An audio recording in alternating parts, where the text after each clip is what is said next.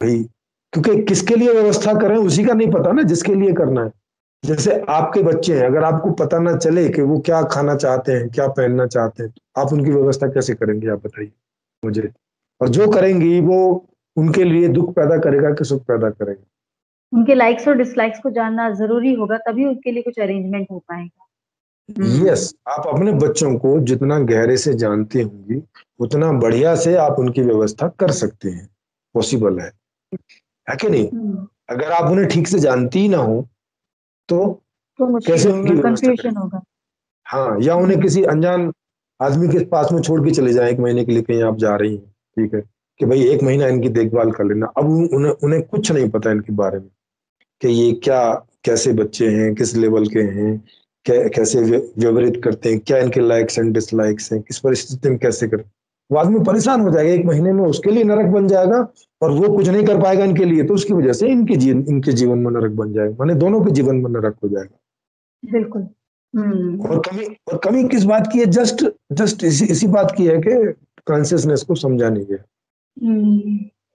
नहीं नहीं तो दुनिया में संसाधनों की कोई कमी थोड़ी ना।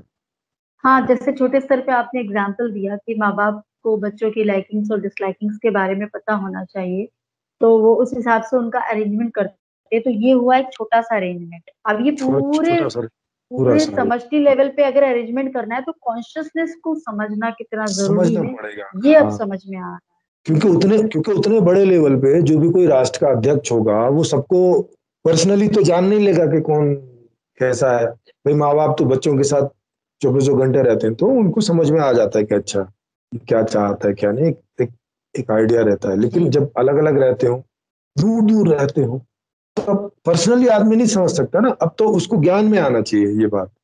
अगर उसको उस तरह है। का ज्ञान है तो वो वैसी व्यवस्था कर पाएगा, नहीं तो नहीं कर पाएगा। क्योंकि अब केवल दो बिल्कुल। लोगों की बात नहीं है, दो बच्चों की बात नहीं है, अब 135-40 करोड़ की बात है, और पूरे विश्व की बात करें तो ये 7-8 अरब लोगों की बात है। हम्म।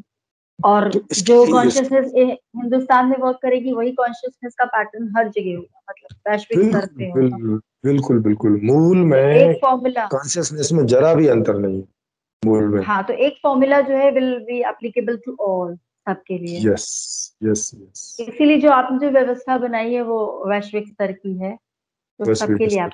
जी जी। जी।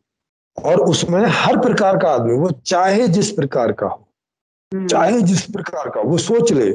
मतलब इसीलिए ये अभी सबको जांचने के लिए भेजी हुई है कि भाई आप सब सोचो कि आप जैसी जिंदगी जीना चाहते हो, क्योंकि आपको तो मालूम है ना कि आप कैसा जीना चाहते हो। हम्म। हम्म।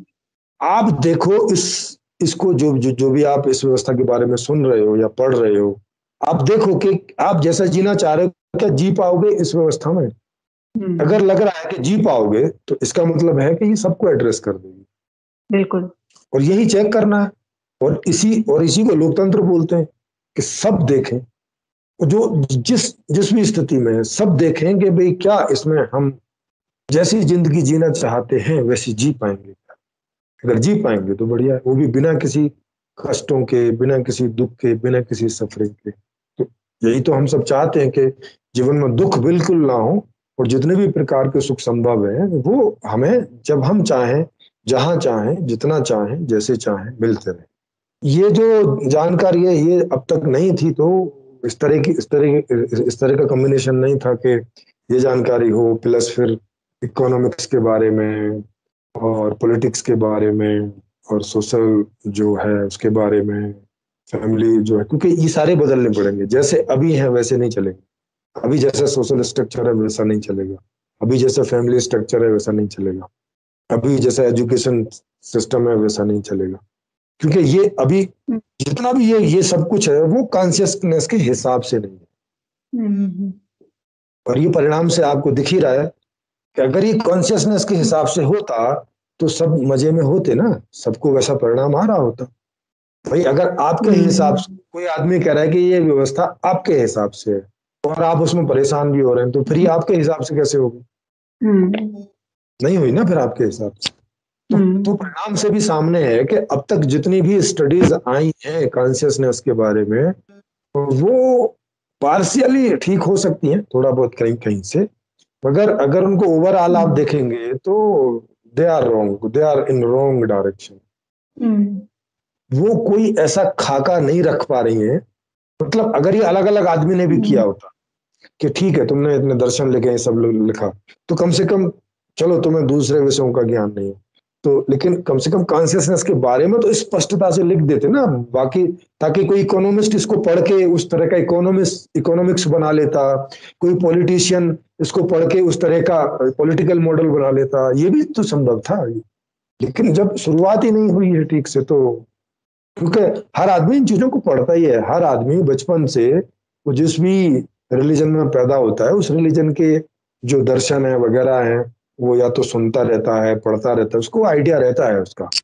और अगर उसका जरा भी इंटरेस्ट हो समस्याओं के समाधान में तो वो इन्हें स्टडी करने जाता है। उसका इंटरेस्ट ना भी हो तो भी स्टडी करने जाता है और उनको कंसीडर करता है। नहीं तो आप देख लीजिए जितने भी जो समाज सुधारक हैं वो कहीं ना कहीं रिलीजन से और जो उनके दर्शन है उनसे जुड़े रहते हैं। चाहे आप गांधी को देख लीजिए, चाहे विनोबा भावे को देख लीजिए, चाहे आप जिस मर्जी को भी देख लीजिए, वो कोई ना कोई दर्शन से जुड़े होते हैं। और बल्कि आपको आपको देखने मिलेगा वो उस दर्शन में थोड़ा बहुत हेर फेर भी करते हैं जो उनको कुछ समझ में आता है। तो मामला दर्शन से ही स्टार्ट होता है और दर्शन का मतलब है कि नॉलेज ऑफ द कॉन्शियसनेस। क्योंकि अगर दर्शन कॉन्शियसनेस के हिसाब से नहीं बनाया तो वो बेकार है, वो दर्शन किसी काम का नहीं। वो दर्शन नहीं है, वो फिर वैसे ही कल्पना है, बस काल्पनिक है। तो बेस ही काल्पनिक हो जाएगा, बेस ही दार्शनिक नहीं रहेगा। तो फिर उसके ऊपर जितनी बिल्डिंग बनेगी, जितना ढांचा बनेगा, जितनी व्यवस्था बनेगी, वो उतने ढंग से काम नहीं करेगी, लोगों को सुख नहीं पहुंचाएगी, लोगों के खुद के जीवन में कंट्राडिक्शंस पैदा करेगी, एक परिवार के सदस्यों के बीच में विरोधाभास पैदा करेगी, कंट्राडिक्शंस पैदा करेगी, पड़ोसियों के बीच कंट्राडिक्शंस पैदा करेगी, गांव के बीच विरोधाभास पैदा करेगी, शहरों के बीच करेगी, स्टेटों के बीच करेगी, देशों के बीच करेगी। और आप देख ही रहे ऐसा कोई तल नहीं है जहां पर कन्फ्लिक्ट ना हो और उनके वजह से हमारा बहुत सारा समय, हमारा बहुत सारा श्रम जिसमें खर्च ना हो रहा हो। ऑलमोस्ट आधा, टोटल श्रम का आधा, लाइक 40 से 50% जो जीडीपी का बजट है वो इन्हीं कॉन्फ्लिक्ट्स को कवर करने में खर्च होता है।